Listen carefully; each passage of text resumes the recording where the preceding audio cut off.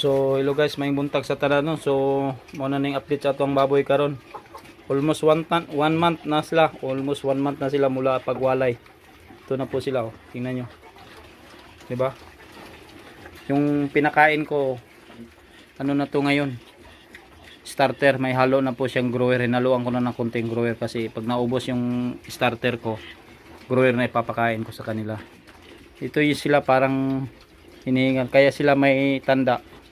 Nag-inject ako ng multivitamins ngayon na Norabit. Kaya ganyan po sila. Marumi. Hindi ko nilainis kasi madaling magtatay yung baboy pag palaging basa. Ito, dito tuyo sila dito. Pero pagdating dyan, supposed to be 2 kwarto. Pero binutasan ko lang para makatawid sila doon sa kabilang baryo. Yan oh. Kaso, dyan sila nagtatay kasi may tubig. Ganyan pala yung sekreto yung mga babuyan ninyo. Pag may swallowing ano yun ang tawag no, parang swimming pool ba yun o ano, ilog, dyan sila nagtatay. Ayaw na nila dito. Mas okay na rin yan kasi doon dyan sila natutulog, maliit lang yung espasyo nila. Hindi na sila madumi guys. Yan lang guys, maraming salamat sa panunod, di ba? Oh,